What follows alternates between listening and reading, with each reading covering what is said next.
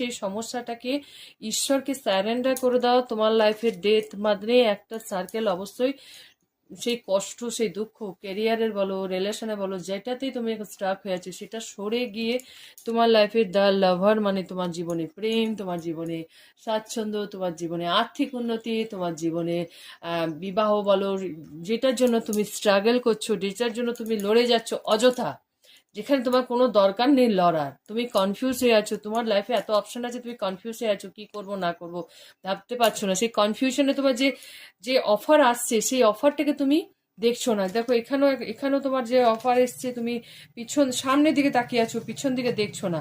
তুমি তোমার এই খালি কাপগুলো দেখছো, কিন্তু যে ভরা কাপ ঈশ্বর তোমাকে দিচ্ছে সেটা তুমি দেখছো না। তুমি অন্যকে আলো দেখাচ্ছ, তুমি অন্যকে বুদ্ধি দিচ্ছ, তুমি অন্যকে জ্ঞান দিচ্ছ, কিন্তু তুমি সেই জ্ঞানটা নিজে নিচ্ছ না। সেই জন্যই তোমার লাইফে সাকসেস স্টেবিলিটি আসছে না, ক্যারিয়ারে গ্রোথ আসছে না, তোমার